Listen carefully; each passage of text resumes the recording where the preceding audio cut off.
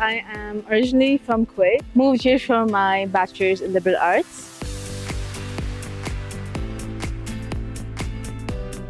Onboarding experience was very smooth. The faculties are really friendly. The Alliance community seems very welcoming because I just met my seniors. I also met a lot of people over there. I meet like new friends.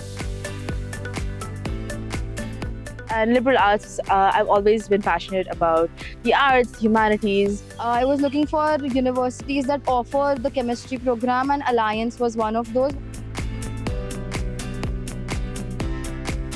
It's a beautiful campus because I originally come from a place which is basically a desert. Infrastructure of college and hostel are fantastic. The extracurriculars, the education, this and that, the academics, everything just, it was nice. The hostel rooms are also pretty good. They're also nice. This would be the best place for my daughter to go ahead. We were very fortunate that we discovered the university. Imagining graduating from Alliance is already giving me chills, and I'm really excited to look forward for the days.